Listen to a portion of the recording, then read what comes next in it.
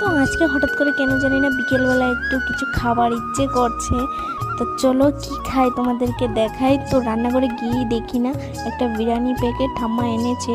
তো এটা কে কে খেয়েছো ভেজ বিরিয়ানি তোমরা বলবে। আমি কিন্তু খেয়েছি এর আগে একবার, আর এখন খাচ্ছি।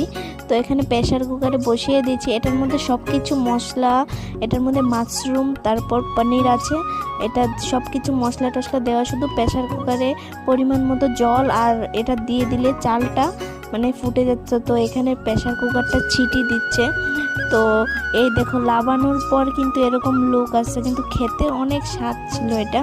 তো দেখতেও অনেক সুন্দর, বাট আমার ঘরে যেহেতু চস আর ইয়ে ছিল না, পেঁয়াজ দিয়ে খেয়েছি। বাট খুবই ভাল লাগছে খেতে, অনেকটাই টেস্ট লাগছে। তো যারা যারা এটা খেতে চাও বাজার থেকে কিনে খেয়ে নেবে।